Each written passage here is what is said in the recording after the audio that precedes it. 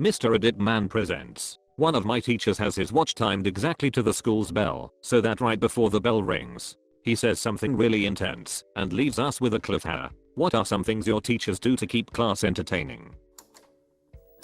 We had a substitute teacher in high school who was a sweet, well-intentioned middle-aged man. I think he may have had a stroke at some point. He walked with a limp and held his hand clenched in a fist. Looked kind of like the master of disguise, but with ginger hair. At the end of class, if he thought the students were well behaved, he would sing us his song. Unfortunately, he was not overly gifted singer and his favorite song to perform was Rubber Ducky, which he sang in a very serious tone. Hands together, almost opera-like. He taught various grades. Pretty much every class was encouraging, and he got applause without fail. It was funny, but no one wanted to hurt his feelings. Until one day a class that was unfamiliar with him burst into laughter and made him cry in the middle of singing. I never heard of him singing for a class again after that.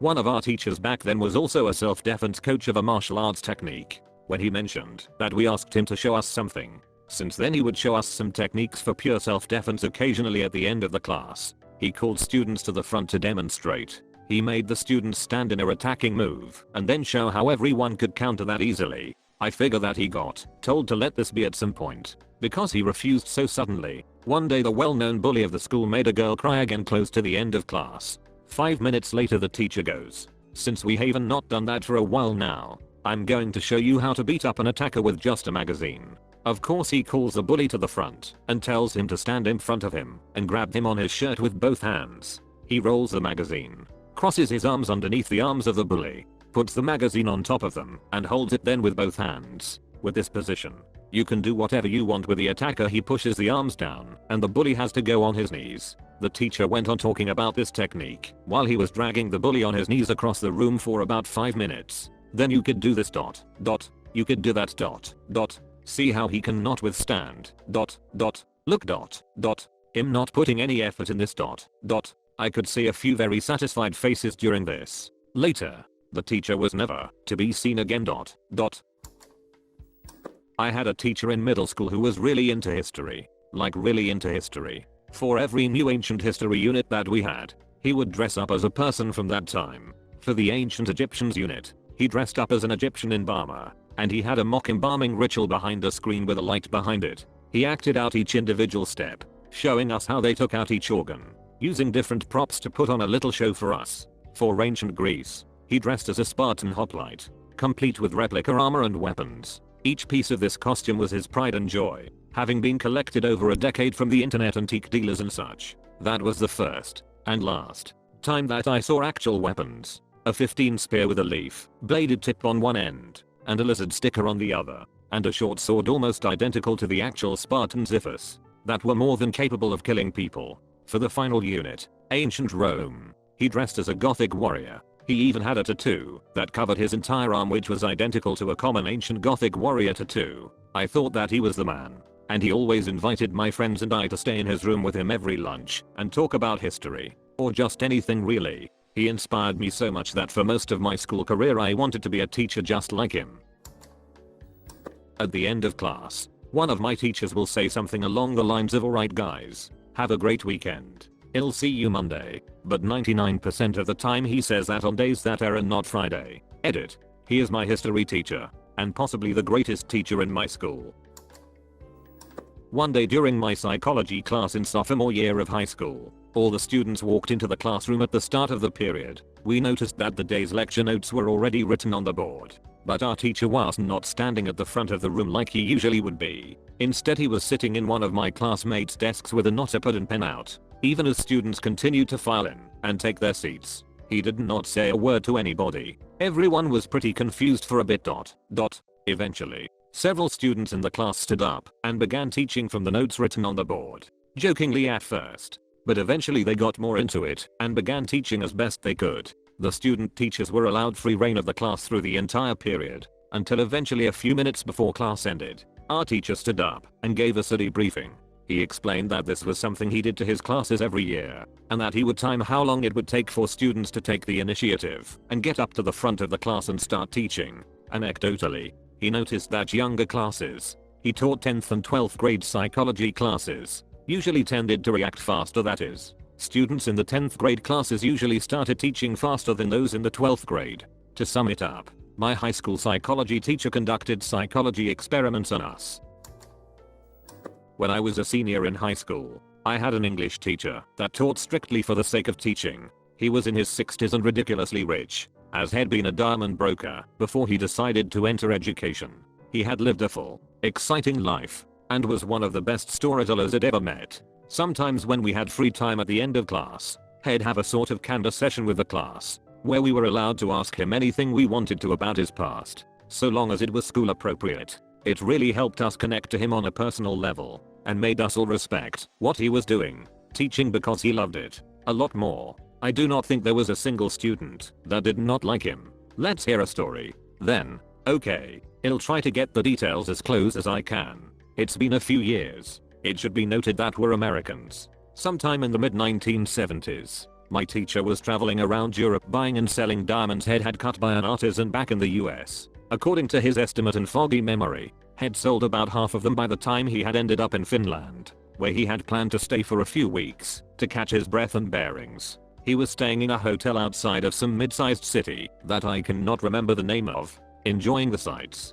cuisine. He was a slightly larger man, and naturally, women of the area. He did not know how to speak anything other than his native tongue, but apparently he was so charming, polite and handsome back in those days, that it did not really matter how terrible the woman's English was. Essentially, could have any woman he wanted. At one point, about midway through his stay, he decided to go out and buy a few dress shirts from a shop he'd passed by a few times. Had noticed a gorgeous blonde woman working the counter inside when he'd walked by a couple of days previous, and wanted to meet her as well as pick out some new clothes. He entered the shop, which was entirely empty other than this woman. She greeted him in Finnish, to which he responded in English. She told him that her English was not that good, and he said that it was alright, and that he thought he'd be fine. Slightly annoyed by the challenge presented, the woman asked him what he wanted, and he told her while motioning to his own dress shirt. Understanding this, she led him to the back, where she began taking his measurements. Unaccustomed to having a beautiful woman do this,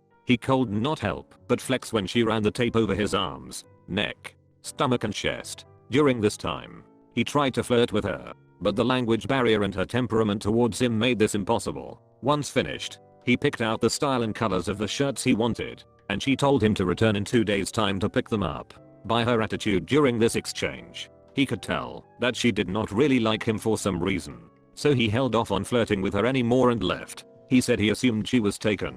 He returned 2 days later, and was greeted by the same woman, once again completely alone in the shop. As soon as he entered the door, she stepped behind the counter and pulled out his parcel filled with 3-4 dress shirts before presenting it to him and asking him if he'd like to make sure they fit. Again leading him to the back, she showed him to a dressing room where he changed into them. The first one, he said, was extremely small. It was as if he'd gained 10-15 pounds in the 2 days that had passed, which was obviously impossible. The second one felt the same way. Then he realized the grave mistake he had made by flexing and sucking in when she'd been measuring him, and felt extremely guilty for wasting her time. Not wanting to disappoint her, he left the dressing room pretending they were perfect, and asking if he could purchase some more because he liked these ones so much. He'd assumed she would remeasure him, and he'd just pay for both sets and she'd never know the difference. Big mistake. She pulled out the sheet she'd written his measurements on, and began leading him back to the fabric/shirt section of the shop. Panicking, he told her that they were for a friend, and that he knew his friend's measurements. Suspicious, she continued to lead him to the selection area, when he realized that his lie meant that he could not buy the same patterns as he'd bought previously, as that would be a bizarre thing to do for a friend. So he picked out 3-4 different fabrics that he did not like as much as the others, gave her the best estimate of his true measurements, and was given the same instructions to return 2 days later.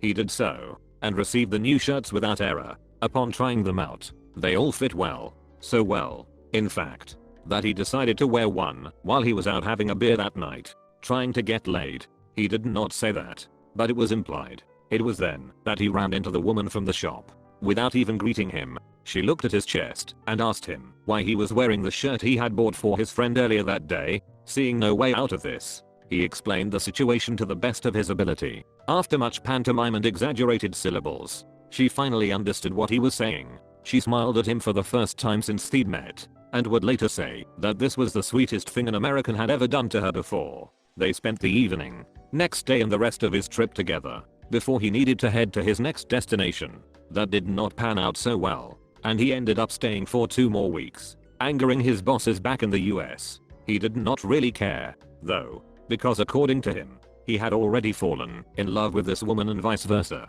The language barrier was tough to get past at first, but they had an understanding that was one of a kind, to use his phrase. So they hatched a plan and went with it. She packed up her things, quit her job. Apparently she was essentially alone and there were other people that worked there, and joined him on the rest of his trip throughout Europe. They would go to a half-dozen countries together over the course of the next few months, culminating in his return and her first time to the US. Not long after, they married, and are still together to this day. She learned English while living here, and he got out of the diamond brokering business and began working on his teaching certification. They had a few kids, and essentially lived the lives we all wish we could someday. The best part is, after all these years, she still picks out his clothes for him at the store, and every single morning, he calls her his personal shopper, and you can tell me means it in the most endearing way. He's a very, very sharp dresser. Woo. When I was in high school we had a history teacher stop the class and sprint out into the hall screaming hey, hey, hooray. We sat there in stunned silence for about 30 seconds before he returned wearing a student's chains and jewelry. He cocked his chest out and strutted between the rows of desks, saying look, guys look, I'm wearing bling, I'm wearing ice. Another time I saw him produce 2 slices of bread, put them on his desk, add condiments and lunch meat, then eat a sandwich. I went up under the guise of asking a question about an assignment to check and see if he had a mini fridge. Nope. He just had everything he needed to make a sandwich in his desk drawer. I do not remember a ducking thing about the American Revolution. Prof here. When I have to take attendance, which I hate having to do, BTW, I always try to make up awesome stories about why a certain student is absent. Is Jim here? No? Alright. Jim is off plundering Spanish ships at sea today. Sometimes, if students are absent for consecutive days, I keep the story going and it occasionally turns into a saga. The seniors really like it. You have made it until the end of this video. Now listen here, and listen here closely. Like and subscribe for more curated content from Mr. Reddit Man. Thanks for watching.